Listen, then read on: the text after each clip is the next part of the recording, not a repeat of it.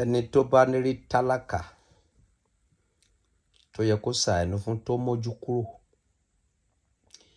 irú ẹ̀dá bẹ́ẹ̀ dàbí odò tó gbàgbé orísun tó ṣetán àti gbẹ.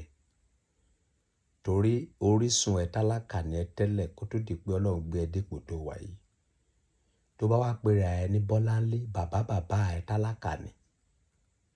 Tí bàbá ẹ bá wá jẹ́ olówó, bàbá ńlá kú bàbá ẹ tálákà ni tẹ́lẹ̀ kó tó di olówó.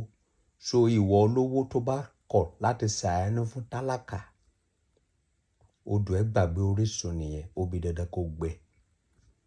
Ẹ má fi àwọn tálákà ṣeré, ẹ ṣoore fún wọn kí ọlá yín kó tó lè ṣe kíni, kó tó lè bá wọn pọ̀ sí. Nítorí pé orísun ẹni tálákà tẹ́lẹ̀, ìdílé tálákà ló ti jáde wá. Tí bàbá tó bí ẹ bá jẹ́ olówó, bàbá ẹ tálákà ni kó tó di pé wọ́n wá di olówó. So ẹ tọ́jú orísun yín kí odò yìí kó má bàa ṣe kíni, kó má bàa gbẹ. Olùpẹpẹ dáú àjábìjì sódòkè.